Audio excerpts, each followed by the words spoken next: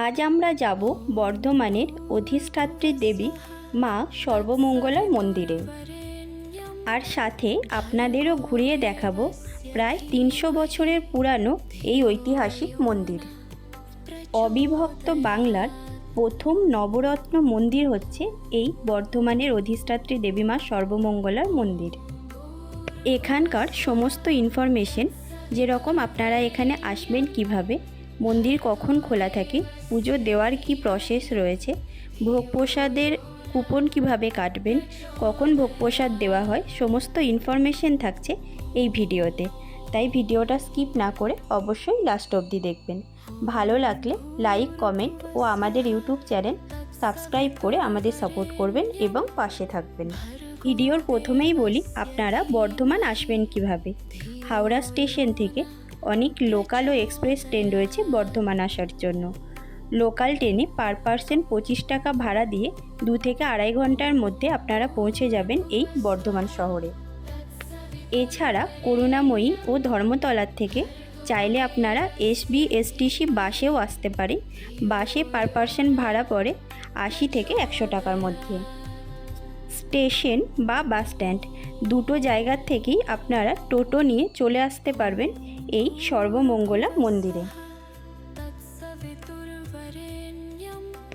এটি মায়ের মন্দিরে মেন এন্ট্রি গেট। গেটের বাইরে প্রচুর ডালার দোকান আছে। পুজোর ডালার দাম এখানে শুরু হচ্ছে 20 টাকা থেকে। এই মা সর্বমঙ্গলা মন্দির অবিভক্ত বাংলার প্রথম নবরত্ন মন্দির। এই মন্দির প্রতিষ্ঠাতার ব্যাপারে বিভিন্ন দ্বিমত আছে, তবে লোকমুখে শোনা যায় বর্ধমানের রাজা কৃত্তিবস এই মন্দির নির্মাণ করেন। তবে মা সর্বমঙ্গলার এই কোষ্ঠী পাথরের মূর্তি কে, কবে, কখন, কোথায় প্রতিষ্ঠা করেছিলেন তা এক্স্যাক্টলি জানা যায় না। লোককথায় শোনা যায় প্রায় 350 বছর আগে বর্ধমান উত্তরে কিছু তপশিলি জাতি নদীতে মাছ ধরার সময় এই কোষ্ঠী পাথরের মূর্তিটি খুঁজে পান। মা সর্বমঙ্গলা তৎকালীন বর্ধমানের রাজা কীর্তিচাঁদকে স্বপ্নাদেশ দেন উনি যে স্থানে আছেন সেখান থেকে ওনাকে নিয়ে এসে মন্দিরে প্রতিষ্ঠা করার জন্য। পরদিন সকালে যখন রাজা সেই স্থানে যায়, জানতে পারেন অলরেডি মাকে 3 জন ব্রাহ্মণ সেখান থেকে নিয়ে চলে গেছেন। রাজা ব্রাহ্মণদের সাথে দেখা করেন। ব্রাহ্মণরা রাজাকে জানান তারাও স্বপ্নাদেশ পেয়েই মাকে উদ্ধার করেছেন। ব্রাহ্মণরা এই দেবী মূর্তিকে কীর্তিচাঁদকে দিতে রাজি হন না। তখন রাজা ব্রাহ্মণদের প্রতিশ্রুতি দেন উনি দেবী মূর্তিকে মন্দিরে প্রতিষ্ঠা করবেন এবং মায়ের পুজোর সমস্ত ব্যয়ভার রাজাই বহন করবেন। এই পুজোর দায়িত্ব দেন তিনি এই ব্রাহ্মণকে। ব্রাহ্মণরা এই শর্তে রাজি হয়ে রাজাকে মূর্তি দিয়ে দেন এবং রাজা কীর্তিচাঁদ মন্দির প্রতিষ্ঠা করে মহা সমারোহে মায়ের পুজো আরম্ভ করেন। আর ওই 3 জন ব্রাহ্মণকেই দেয় মায়ের নিত্যবেশে পূজার ভার। তখন থেকে এখনও পর্যন্ত ওই 3 জন ব্রাহ্মণই বংশ পরম্পরায় মায়ের সেবা করে আসছেন। এই মন্দিরটি অষ্টাদশ শতকের প্রথম দিকে নির্মিত হয়েছিল। সেই সময়ের কবি রায়গুণাকর ভারতচন্দ্রের বহু কাব্যে আমরা এই মন্দিরের উল্লেখ পাই। ঐতিহাসিকদের মতে শ্রী কীর্তিচাঁদ 1702 খ্রিস্টাব্দে এই মন্দিরটি নির্মাণ করেন। তবে এই মন্দিরে মায়ের যে মূর্তি মা সর্বমঙ্গলার, সেটা অনেকের মতে 1000 বছরেরও বেশি পুরানো। মূর্তিটি হলো কোষ্ঠী পাথরের অষ্টাদশ ভুজা সিংহ বাহিনী মহিষমর্দিনীর মূর্তি।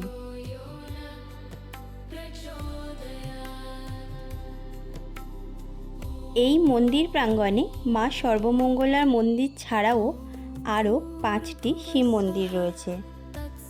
এই মন্দিরগুলিও আনুমানিক 200 থেকে 250 বছরের পুরানো। প্রত্যেকটা মন্দিরের দেওয়ালে আমাদের নানান দেবদেবী ও বিভিন্ন পৌরাণিক ঘটনা খুব সুন্দরভাবে 3D আকারে চিত্রায়ন করে বানানো হয়েছে। এই মন্দিরটি প্রত্যেক দিন সকাল 6টা থেকে দুপুর 12:30 ও বিকেল 4:30 থেকে রাত্রি 9টা অবধি খোলা থাকে। এই মন্দিরে ভক্তদের জন্য প্রত্যেক দিন ভোগ প্রসাদেরও ব্যবস্থা রয়েছে। সকাল 10:30টার মধ্যে মন্দির কর্তৃপক্ষের অফিস ঘর থেকে কুপন কালেক্ট করতে হবে। কুপন প্রাইস রয়েছে পার পার্সন 50 টাকা, আর ভোগ ডিস্ট্রিবিউট করা হয় 12:30টার থেকে। 10:30টার মধ্যে মন্দিরে পৌঁছাতে না পারলে ডিসপ্লেতে দেওয়া নাম্বারে ফোন করেও আপনারা ভোগের কুপন বুক করতে পারেন। মন্দিরের ঠিক সামনের এই আটচালাতে বসেই প্রত্যেক দিন ভোগ প্রসাদ দেওয়া হয়। আমরা গিয়েছিলাম সন্ধ্যের দিকে, তাই আমরা ভোগ প্রসাদ গ্রহণ করতে পারিনি। মন্দির প্রাঙ্গণেই রয়েছে এই অপূর্ব সুন্দর ফাউন্টেন, যার মধ্যে কালারিং লাইট মন্দিরের সৌন্দর্য আরও অনেকটা বৃদ্ধি করছে। আপনারাও একদিন টাইম করে এসে ঘুরে যান বর্ধমানের এই অধিষ্ঠাত্রী দেবী মা সর্বমঙ্গলার মন্দির থেকে। আশা করছি আপনাদের সাথে সমস্ত ইনফরমেশন শেয়ার করতে পেরেছি। এছাড়াও কোনো কোয়ারিজ থাকলে কমেন্টে জানাবেন। ভিডিওটি ভালো লাগলে লাইক, শেয়ার ও আমাদের ইউটিউব চ্যানেল সাবস্ক্রাইব করে রাখবেন। এই চ্যানেলের মাধ্যমে আমরা পশ্চিমবঙ্গ তথা ভারতবর্ষের বিভিন্ন মন্দির ও দর্শনীয় স্থান ঘুরে দেখি আর তার ডিটেলস ইনফরমেশন শেয়ার করি আপনাদের সাথে। আপনাদের পাশাপাশিও এরকম কোনো মন্দির থাকলে আমাদের কমেন্টে জানাবেন, যাতে আমরা মন্দির ঘুরে দেখতে পারি আর তার সাথে সাথে ভার্চুয়ালি অনেকের সাথে তার ইনফরমেশনও শেয়ার করতে পারি। Thank you for watching.